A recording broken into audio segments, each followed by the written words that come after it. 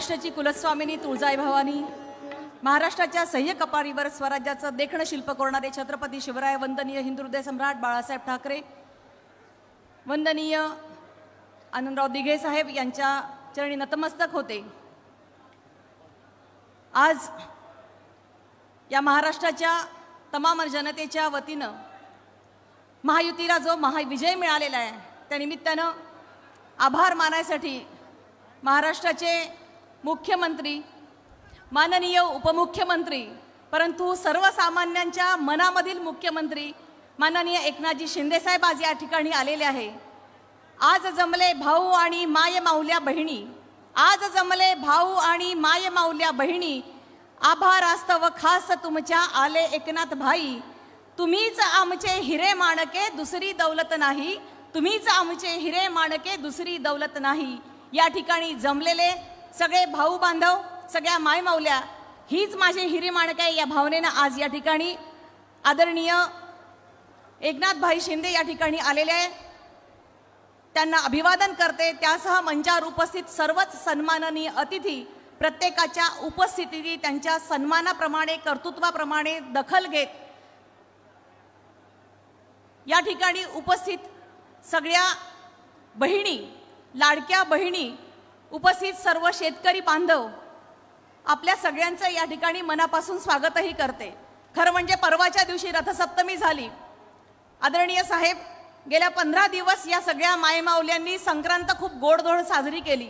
या वर्षी पहिल्यांदा या सगळ्या मायमाऊल्यांनी संक्रांत जोरात सादर केली, कारण प्रत्येकीला दर महिन्याला त्यांच्या हक्काचे पैसे मिळत गेले। मनाप्रमाणे प्रत्येकीला वाण घेता आलं, मनाप्रमाणे प्रत्येकीला आपला हा आवडता सण साजरा करता आला आणि यापुढे देखील प्रत्येकीची संक्रांत, प्रत्येकीचा सण गोडधोड व्हावा यासाठी ही लाडकी बहीण योजना कुठल्याही विरोधाला, कुठल्याही अफवांना बळी न पडता शासनाने सुरू ठेवली। यासाठी सगळ्या तमाम महाराष्ट्रातल्या लाडक्या बहिणींच्या वतीने मी शासनाचे आपले मनापासून आभार मानते। मनापासून ही योजना आमच्या सशक्तीकरणासाठी पुढे चालू ठेवली यासाठी देखील आपले मनापासून आभार मानते।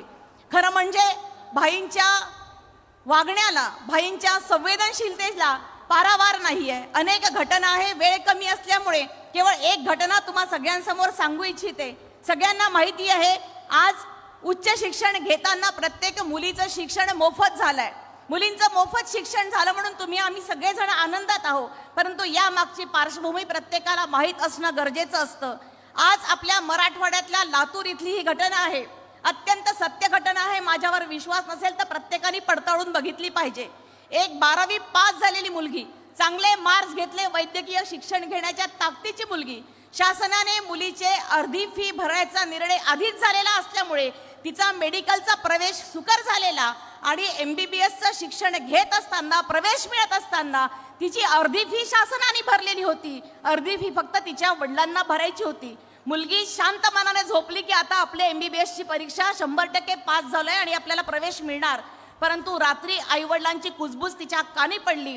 माय डोळ्याला पदर लावून म्हणत होती, कसं करा, उद्या पोरीची फी भरायची आणि पोरीचं ऍडमिशन घ्यायची आहे। बाप म्हणला, दिवसभर वणवण फिरलो, तुझे सगळे दागिने विकले, संघ विकलं, माझं शेती जरी गहाण ठेवली तरी तिच्या फीचे अर्धे पैसे भरण्या इतके पैसे माझ्याकडे नाहीये। लेकीचं शिक्षण करू शकत नाही, इतकी शर्मीची दुसरी गोष्ट नाहीये।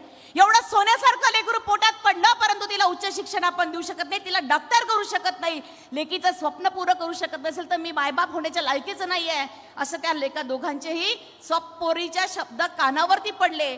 आणि सकाळी उठून त्या मुलीने एक पत्र लिहिलं। तिने पत्र लिहिलं तेव्हा माननीय मुख्यमंत्री एकनाथजी साहेब मुख्यमंत्री होते।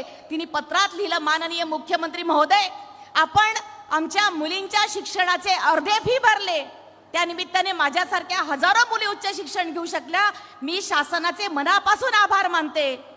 तुमचे असेच आशीर्वाद मुलींच्या पाठीशी राहू द्या। परंतु दुर्दैवानं माझे वडील माझी पुढची फी भरू शकत नाहीये, त्यामुळे माझं उच्च शिक्षण होऊ शकत नाही, माझ्या पुढे आत्महत्येशिवाय पर्याय नाही असं म्हणून तिने आत्महत्या करून स्वतःचं जीवन संपवलं। ही बातमी रात्री 9 वाजता माननीय मुख्यमंत्रीच्या कानावरती गेली आणि मुख्यमंत्र्यांनी एका क्षणात विचार न करता काय होईल ते होईल, परंतु माझ्या राज्यातली एकही मुलगी पैसा वाचून उच्च शिक्षण घेण्यापासून राहिली नाही पाहिजे, म्हणून सर्व जातीतल्या, धर्मातल्या, पंथातल्या मुलींना उच्च शिक्षण मोफत करून टाकलं. इतकी पहिल्यांदा झालेली ही घटना या महाराष्ट्रात घडवणारे हे माननीय मुख्यमंत्री आहे. आणि म्हणून साहेब, आज हा महायुतीचा विजय जो दणदणीत झालेला आहे तो आपण घेतलेल्या धडाडीच्या निर्णयांमध्ये झालेला आहे.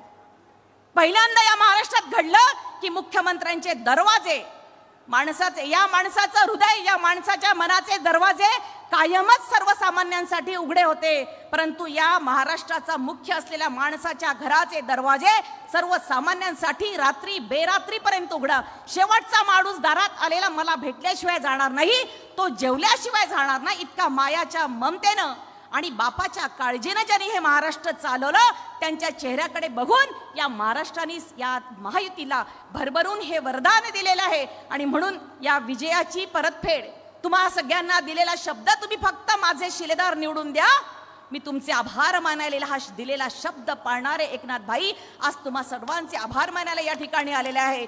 अरे, घरात बापाने काही केलं तर लेकरू त्याला धन्यवाद म्हणत नाही, लेकरांनी काही केलं तर बाप त्याला जवळ घेत नाही, अशी परिस्थिती तुमच्या माझ्या घरात असताना या महाराष्ट्राच्या एका उच्च पदावर असलेला माणूस सर्व सत्ता मिळाली असताना तुमच्यापर्यंत येतात, ते केवळ फक्त तुमचे आभार मानायसाठी. हे आभार सगळ्यांनी लक्षात घेतलं पाहिजे. आणि म्हणून माझी आदरणीय भाईंना, आदरणीय साहेबांना एक विनंती आहे.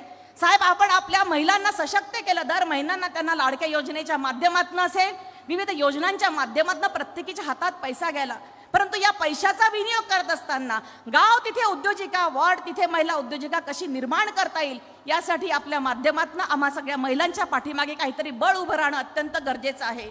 निश्चितच उद्योग विभागाच्या माध्यमातून वेगवेगळ्या योजना असतात, परंतु ज्या फाईली तयार कराव्या लागतात, या फाईल तयार करत असताना ज्या अडचणींना या महिलांना पुढे जावं लागतं, त्यासाठी या उद्योग विभागात जर महिलांसाठी एक खिडकी योजना जर आपण राबवली तर निश्चितच त्याचा फायदा या सगळ्या महिला भगिनींना झाल्याशिवाय राहणार नाही. आणि म्हणून या पद्धतीने आज सगळ्या महिलांना माझी विनंती आहे, हप्ता आला आपण खुश, हप्ता नाही आला काय झालं बाई, निश्चित काही पॅरामीटर्स लागणार आहेत, काहींच्या पदरी पडतील. आपल्याला जर दुसरी तिसरी काही योजना मिळत असेल तर एखादी कमी जास्त पण होऊ शकतील, म्हणून लगेच बोट मोडणं सुरू करायचं नाही.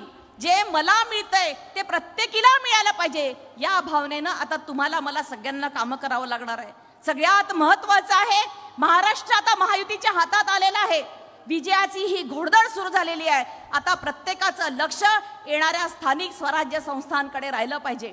सगळ्या घरात काम करत असताना, एक कुटुंब एक दिलानं काम करत असताना, वडील जर एका स्थानावर आहेत, त्याच्या पाठोपाठ जर दुसरा भाऊ असेल, त्याच्या पाठोपाठ जर मुलांनी कामं करत असतील, हे कुटुंब जे कुटुंब एकत्र राहिले त्या कुटुंबांनी सत्ता आणि विकास आपल्या हातात ठेवलेला आहे. जर आपल्या भागाचा विकास करायचा असेल तर आता तुमची माझी जबाबदारी आहे. भाईंनी काम केलं, आमदार निवडून आले, मला वाटतं आता प्रत्येकाची जबाबदारी आहे. आता कार्यकर्त्यांना पदावर बसवत असताना या स्थानिक स्वराज्य संस्थांमध्ये तुम्हाला आम्हाला कशा पद्धतीने विजय मिळवता येईल यासाठी काम करणं गरजेचं आहे. म्हणून अधिकचं न बोलता मी या ठिकाणी साहेबांसाठी फक्त एवढं म्हणू शकते, साहेब तुम्ही सागराची गाज, साहेब तुम्ही सागराची गाज, तुम्ही महाराष्ट्राचा आवाज, तुम्हीच कायम आमच्या हृदयात नेहमीच भाई, काल उद्या आणि आज. माननीय साहेबांचं या ठिकाणी स्वागत करून येणाऱ्याही काळात आपण महायुतीच्या पारड्यात असंच विजयाचं दान टाकणार आहात, याच भावनेनी याच अपेक्षेनी मी या ठिकाणी थांबते. जय हिंद, जय महाराष्ट्र.